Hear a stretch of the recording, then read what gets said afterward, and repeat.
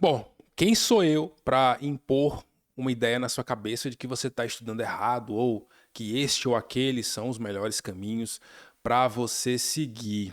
É claro que você, eu, todos nós temos modos diferentes de encarar a vida e os estudos também. Porém, a ciência, os estudos científicos nos últimos anos vêm se debruçando sobre questões relacionadas à nossa mente, à neurociência e, notadamente, à neurociência dos estudos. Os cientistas têm analisado os modos, as formas, como o nosso cérebro se desenvolve e como nós aprendemos, como o nosso sistema nervoso cria novas conexões e novos aprendizados, novos conhecimentos. Evidentemente que isso tem total relação com o nosso universo dos estudos para concursos públicos. E neste vídeo eu vou te mostrar o que a ciência tem provado através por meio de estudos sérios, validados e publicados em grandes revistas científicas.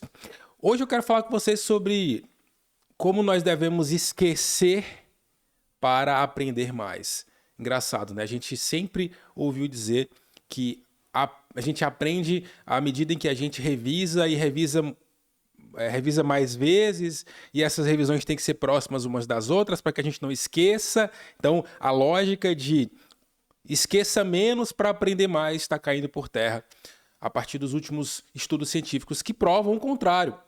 Quanto mais a gente esquece, mais a gente aprende. Então, é meio contra-intuitivo, e concordo com você. E eu vou te mostrar aqui como que esse estudo nos faz criar novas formas de estudar e como na prática, no final do vídeo eu vou te mostrar uma proposta prática. É muito fácil ficar falando aqui de forma teórica e não te mostrar um desenvolvimento prático na sua vida cotidiana. Então, gente, eu tô aqui, eu acho que muitos de vocês já devem ter visto esse estudo. Deixa eu botar aqui o nome do estudo. Você pode pesquisar na internet, é um estudo americano, tá? Deixa eu botar aqui certinho. Esse estudo aqui analisou várias ferramentas, várias técnicas de estudo que são normalmente utilizadas por estudantes, como resumos, grifos, revisões, revisão espaçada. Então ela criou ali um ranking de quais são as melhores técnicas, aquelas que na verdade trazem melhores resultados. Não é que uma é melhor que a outra, mas é que algumas delas comprovadamente nos trouxeram melhores resultados analíticos em termos de aprendizado. Então você pode pesquisar aí, analisar. Está em inglês, tem versões em português, mas você pode pesquisar. E aí eu vou focar aqui nesse estudo no que se refere à técnica da revisão espaçada, do estudo espaçado. Então os pesquisadores fizeram um estudo com um grupo de pessoas, com 3 grupos de pessoas. Tá? Então você vai perceber que nesse gráfico aí eu tenho 3 linhas. Tá? A primeira aqui é um círculo preto, a segunda é um quadrado cinza e o terceiro grupo, um triângulo branco. Tá? Um triângulo branco. Então você percebe aí que são 3 grupos. Qual foi a lógica desse estudo? Eles fizeram testes com os 3 grupos, 3 testes diferentes. Então cada grupo foi submetido a um teste para avaliar o nível de apreensão de um conteúdo a partir de revisões. Então, o primeiro grupo foi submetido a uma constante de revisões, o segundo grupo a uma outra constante de revisões e o terceiro grupo também a outro tipo constante de revisões. Para todos os grupos foram aplicados testes, tá, após cada uma das revisões e um último teste 30 dias após a última revisão. Então, vou repetir a ideia. Para cada grupo foi aplicado um teste após cada revisão e um último teste 30 dias após a última revisão. Então, o aluno estudava e revisava e era submetido a um teste. Então, cada teste deu uma nota diferente. Então, eu vou te mostrar na prática o que esse estudo mostrou para a gente. Então, o grupo 1 que é esse grupo aqui preto, círculo preto, fez 5 revisões, né? 5 revisões no mesmo dia. Então o aluno estudou a matéria e no mesmo dia ele revisou a mesma matéria 5 vezes. Então, sei lá, ele fez resumo, enfim, ele fez o seu Anki e revisou aquele conteúdo 5 vezes no mesmo dia. Em 24 horas, ele revisou a matéria 5 vezes. E, na cabeça de muita gente, em tese, esse seria o grupo que teria o melhor resultado. Porque, revisou 5 vezes no mesmo dia, naturalmente, esse grupo teve um melhor resultado. E, para nossa surpresa, não foi bem assim. O grupo com o pior resultado, ou seja, o grupo que teve o pior desempenho 30 dias após o último teste, foi o grupo 1. O grupo que teve mais contato com a matéria em menos tempo. Então, em 24 horas, teve 5 revisões. E 30 dias depois da última revisão, foram submetidos, essas pessoas desse grupo foram submetidas ao último teste e essas pessoas tiveram pior resultado. Beleza, eu vou te mostrar daqui a pouco qual foi o resultado e comparar com os outros dois grupos. Já o grupo 2, tá, passou por outra situação.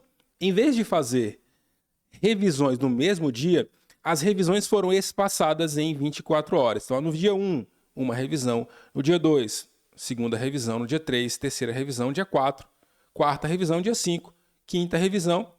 E 30 dias depois, a última revisão. Para surpresa de muitos, esse grupo teve um desempenho bastante superior, significativamente superior ao grupo 1, que fez revisões no mesmo dia. Então, o grupo 2 fez revisões em dias diferentes, ou seja, havia um intervalo de pelo menos 24 horas entre uma revisão e outra, e o resultado desse grupo foi bem melhor do que o grupo 1.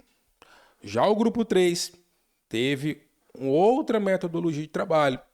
Esse grupo, em vez de revisar ali ou no mesmo dia, ou 24 horas depois, fez revisões a cada 30 dias. Então, os alunos estudaram a matéria, tá? Fizeram a primeira revisão, 30 dias depois, a segunda revisão, 60 dias depois, a terceira revisão, 90 dias depois, a quarta revisão, 120 dias depois, a quinta revisão. Ou seja, essas revisões foram muito mais espaçadas. Houve um intervalo de 30 dias no mínimo entre uma revisão e outra. E 30 dias depois da última revisão foi aplicado um teste. Eu vou te mostrar agora quais foram os resultados, né, práticos desse estudo em relação a esses grupos. Tá? O grupo 1, que eu chamei de aluno 1, a média dos pontos, tá, foi 6,8. Foi o grupo que fez as revisões no mesmo dia. Então, a média, o que é a média? A soma das notas de cada teste aplicado após cada revisão. Então, foram 5 revisões no dia, foi aplicado um teste, cada teste teve lá uma nota e a média foi 6,8. O segundo grupo teve uma média de 8,7. E o terceiro grupo, que foi o grupo que teve revisões muito mais espaçadas, teve a média 9,6. Então, isso vai contrariar a lógica dominante em relação ao aprendizado. Porque nós aprendemos historicamente, na escola, enfim, normalmente a gente aprende que quanto mais a gente revisa e quanto mais perto essas revisões são, tá, melhor para o aprendizado. Pelo menos esse é um senso comum que nós temos em relação aos estudantes. Tem que revisar hoje, daqui a 7 dias, daqui a 10 dias, enfim, ficar revisando sempre, ou revisar loucamente na véspera da prova, ficar revisando todo dia, tentando rever aquela matéria o tempo inteiro. E até eu lembro que o Fábio Perim, que foi um neuropsicólogo entrevistado por mim, tem até o podcast dele, eu vou colocar na descrição do vídeo o podcast que nós fizemos, ele fala sobre isso. Normalmente as pessoas estudam muito mais do que deveriam. E isso começa a fazer muito sentido quando a gente pega esses estudos. Eu vejo muita gente revisando a matéria todo dia querendo ver a matéria e tal, com medo de esquecer e acaba estudando realmente mais do que deveria. Já que a ciência tem mostrado que a gente aprende, quanto mais a gente esquece, mais o nosso cérebro se esforça para lembrar. Então, qual que é a grande lógica, qual que é o grande pulo do gato, né, gente? Qual que é o grande pulo do gato desse estudo aqui? Eu trouxe aqui algumas conclusões importantes sobre esse estudo. Ele vai nos mostrar, de forma bastante incisiva, que a maior condição de esquecimento produziu a maior retenção a longo prazo, ou seja, quanto maior o intervalo entre uma revisão e outra, naturalmente haverá uma menor retenção. Porém, o nosso cérebro vai se esforçar muito mais para lembrar daquele conteúdo. O nosso cérebro se coloca numa condição de desafio. Nosso cérebro é colocado numa situação de estresse para tentar lembrar de forma natural daquilo que ele leu. Então, se você pegar lá a pesquisa, ela vai mostrar que nesse terceiro grupo, o grupo que teve maior intervalo entre as revisões, a nota da primeira revisão foi muito baixa, foi lá 2 e pouco, de 10. Na segunda revisão, que foi 30 dias depois, a nota saltou de 2,2 para 5,7. Na terceira revisão, a nota saltou para 8,8. E aí, na última revisão, estava quase 10. Então, à medida em que nós demoramos para revisar a matéria, o nosso cérebro vai buscar meios de onde ele tiver, quais mecanismos ele estiver lá dentro, que eu não conheço esses mecanismos, mas ele vai buscar uma forma de lembrar da matéria com mais esforço, com mais atividade. Então, a gente estressa o cérebro para que ele busque aquela informação com mais atividade, diferentemente de quando a revisão está muito próxima. Ele não tem que se esforçar muito, porque a matéria está muito fresca na mente. Então, o conteúdo foi visto há 1 dia ou há 5 dias, está muito fresco ainda. O cérebro não tem que se esforçar muito para revisitar aquele conteúdo lá dentro. Então, se ele não precisa se esforçar muito, ele não vai se dedicar a criar novas conexões. Ao contrário, quando o cérebro precisa buscar a informação que está longe, parece que ele se esforça mais para criar novas conexões e aquele conteúdo ir para a nossa memória de longo prazo, que é a memória responsável por fazer com que a gente acerte questões, ou pelo menos a maioria das questões. Então, quando você dá um tempo nos estudos, e aí vai totalmente contra a lógica da maioria das pessoas que estudam para concurso, que só querem estudar após o edital, elas não dão esse tempo de maturação, elas não dão tempo para que o conteúdo se fixe na memória de longo prazo, porque ela está sempre querendo aprender de hoje para amanhã, ou no máximo em 30 dias. É o que acontece, por exemplo, com os alunos do meu curso de redação. Eu sempre falo, gente, você não pode querer aprender redação em 20 dias. A redação é uma matéria complexa. Vai exigir de você esse tipo de conhecimento aqui, que é o conhecimento de longo prazo, uma compreensão mais densa das relações sociais, das relações filosóficas, da compreensão das dinâmicas sociais e culturais. Então exige de você uma capacidade muito maior de fazer análises e conexões multidisciplinares. Do mesmo modo que várias outras matérias exigem de você uma capacidade de fazer conexões com institutos, com fenômenos, com conceitos, com prazos. Então, esse estudo de reta final é totalmente contraindicado para quem quer realmente passar em concurso. Então, voltando aqui para o quadro. Inclusive, gente, por falar em redação, eu estou querendo disponibilizar para vocês um PDF com um tema comentado por mim, tá? Um tema sobre cultura. Inclusive, o tema da última prova do TRF5 foi sobre cultura, né? Muita gente acha que esse tema não vai cair em prova, mas cai. E ano passado eu tinha feito, né, um tema sobre cultura. Então, quem leu esse tema comentado foi muito bem na prova do TRF5. Eu quero disponibilizar esse tema comentado aqui para vocês de graça, mas eu preciso que vocês atinjam aí a meta de 200 comentários neste post. Então, 200 comentários eu libero, sim, o PDF na descrição do vídeo, tá? E estamos aí em Black Friday ainda até o dia 15 de novembro. Redação para concursos públicos com 50% de desconto, beleza? Então, ó, o estudo, ele é muito revelador no sentido de que quanto menor o esforço para lembrar, maior será o esquecimento. Ou seja, quanto mais curtos são os espaços entre as revisões, mais você vai esquecer. E o contrário é a verdade. Quanto maior o tempo entre as revisões, quanto maior o esforço que você tiver para lembrar daquele conteúdo, menor será o esquecimento. Então, o candidato, o aluno que estuda a médio e longo prazos, que não coloca um prazo específico e curto para passar no concurso, ele tem muito mais condições de ser beneficiado por esse mecanismo do nosso cérebro, tá? Outro ponto importante que eu coloquei aqui, até para não ficar só uma aula teórica, né, um vídeo meramente expositivo sem análise prática. Eu sei que muita gente que está vendo esse vídeo vai perguntar, professor, mas como eu fazer isso na prática? Eu não sei como organizar essa metodologia, eu não sei como colocar em prática no meu dia a dia essa teoria aí que você falou. Beleza, a gente está aqui para te ajudar. Evidentemente que cada pessoa tem lá o seu jeito de estudar. E muita gente vai falar assim, professor, mas eu aprendo mais assim. Eu prefiro estudar assim, eu gosto de estudar assim. Eu me sinto melhor estudando assim. Para essas pessoas eu preciso dizer, estudo é desconforto. Quanto mais conforto você tiver no seu processo de estudos, menor será o seu nível de aprendizagem.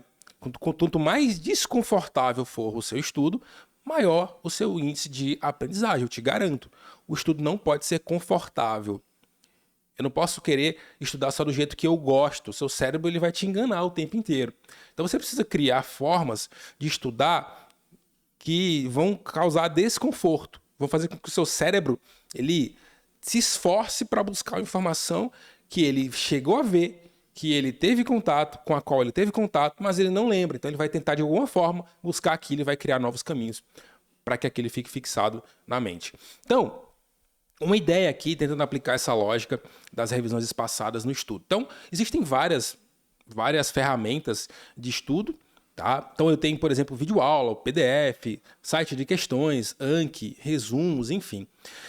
E, para mim, para o Ari, e eu acho que para a maioria dos professores que trabalham com concurso público, que ensinam as pessoas a estudar, que querem que as pessoas se desenvolvam, realmente, a gente pensa que o estudo por videoaula ele deve ser algo em exceção. É a exceção. A videoaula é sempre a exceção.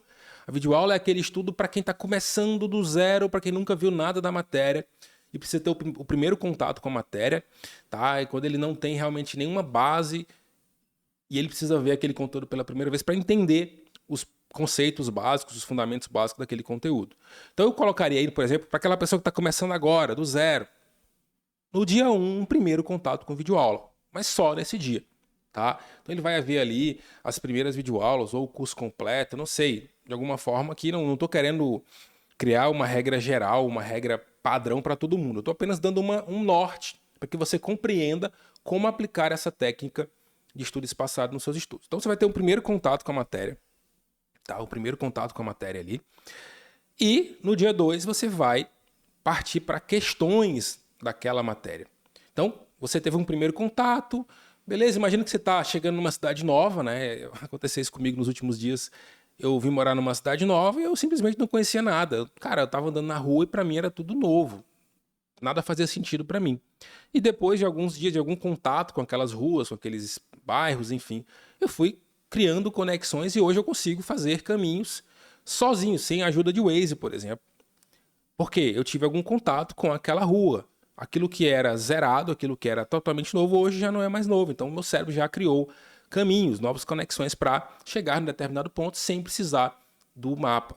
Então, você já vai ter uma noção básica daquela matéria. Então, no dia 2, você vai construir, vai começar a responder questões sobre aquele assunto e vai começar a construir Anki e resumos. Então, eu sempre falo, galera, o ideal do Anki, para você que não sabe o que é Anki é um aplicativo para revisão espaçada. Então você pode pesquisar mais sobre Anki aí, bota no YouTube, tem vários vídeos ensinando a usar o Anki, tá? É um aplicativo gratuito que ajuda muito. A versão paga dele é bem mais robusta, mas você pode usar a versão gratuita. Então você vai começar a resolver questões, a partir da resolução de questões, você vai construindo o seu Anki.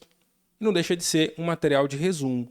Você pode também construir um resumo no Word, tranquilamente. Então você pode escolher entre o Anki ou um resumo no Word, por exemplo. O que eu não indico é, por exemplo, construir resumo à mão. Você vai perder um tempo absurdo.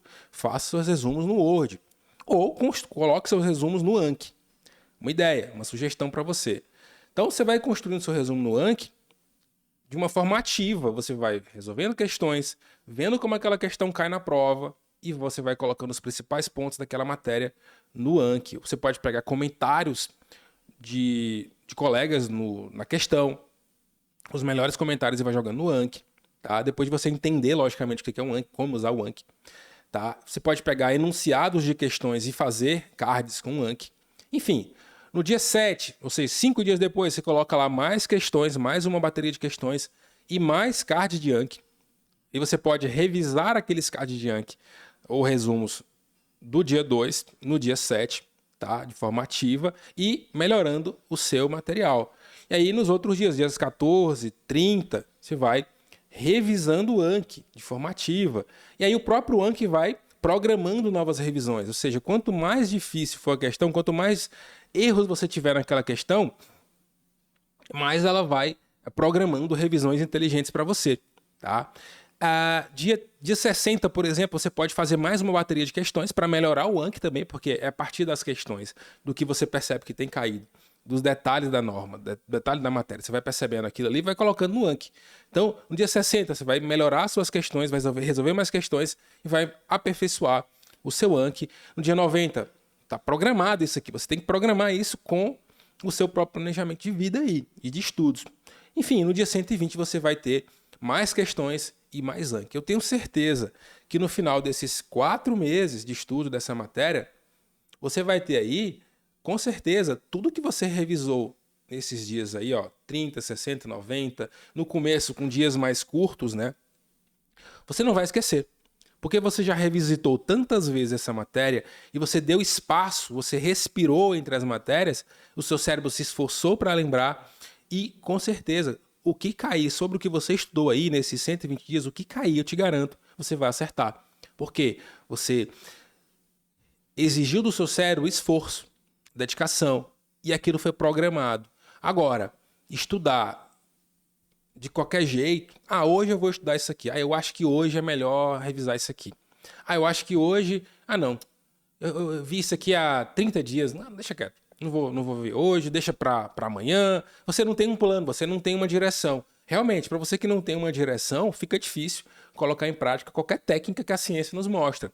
E o que eu sempre falo, estudar não é só técnica, tá? Não é só isso aqui, até porque isso aqui não é solução milagrosa para nada. Isso aqui é só uma forma que a ciência encontrou de provar um conceito, um fundamento. Mas esse fundamento por si só não vai resolver seu problema. Você tem que estar com a vida organizada, no mínimo organizada. Você tem que dormir bem, você tem que ter uma organização mental, um autoconhecimento e também ter o hábito dos estudos. Você tem que ter os estudos como um hábito diário. Sem isso aqui, sem essa base de hábito, de constância nos estudos, você não vai conseguir colocar nada dessas técnicas em prática. Então, realmente, eu recomendo que você construa, junto com esse tipo de dica, né, um hábito de estudar. E que seu estudo não seja algo aleatório, que seja algo programado, algo planejado, com margem para erros, com margem para mudanças, mas se você não tiver essa clareza aqui, tá? Se você não tiver essa clareza aqui, de revisão, de programar as matérias, de não deixar nada de lado, você realmente não vai conseguir ter um bom desempenho. Alguns pontos vão ficar bem estudados e outros mal estudados. Então, realmente, eu concordo que essa teoria entregue aqui pelo estudo científico faz sentido. Para mim faz muito sentido. E na minha cabeça eu já usei isso várias vezes sem perceber. E realmente o Anki é uma ferramenta incrível para a aplicação dessa técnica de revisões espaçadas, tá? Então, dá o like no vídeo se você gostou e lembra, 200 comentários, eu libero o PDF com um tema comentado sobre o eixo cultura, que é um dos temas comentados, um dos temas mais cobrados em redação de concursos públicos nos últimos meses, últimos anos, tá bom? Beleza, galera? Forte abraço. Vamos pra cima. Espero que você tenha gostado dessa dica e segue o Brabo para mais informações sobre mentalidade, sobre consciência, nos estudos sem enrolação, sem querer te induzir a ser escravo de produtos ou de serviços, tá bom? Eu sou amigo do concurseiro e quero que você fique bem melhor a cada dia. Forte abraço. Tamo junto.